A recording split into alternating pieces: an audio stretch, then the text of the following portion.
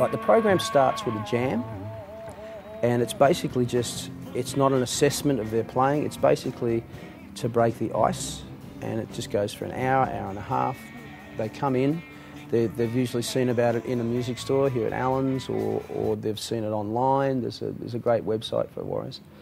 And they come in with a jam, and basically they just meet, and from that jam they decide that, yeah, we want to do this. I explain to them what it's about.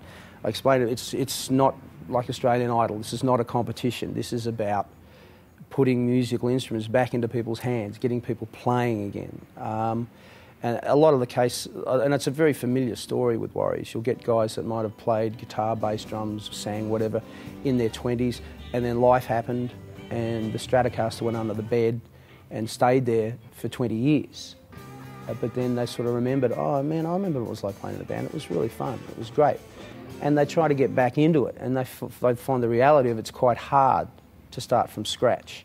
You have to audition people, you have to go and find a rehearsal space, you have to cart your gear there, you have to pay for the rehearsal space. So the AMA came up with this great concept. Well, they didn't come up with it, but they brought it into Australia, of let's just supply them with everything, so they just have to turn up, and we guarantee them a gig at the end. So they do the jam. From the jam they get the idea if they like it or not. They always like it. And then we organise them into bands. We'll put 5 bands together.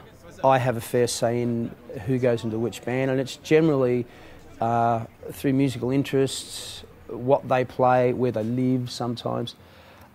Age doesn't really come into it. And then I put them into their bands. They have 4 coached rehearsals for 2 hours a week. They also can do rehearsing outside of that. And then they come together for the gig. So basically I coach them to doing a set of, say, 8 songs, to do a half-hour set at their gig.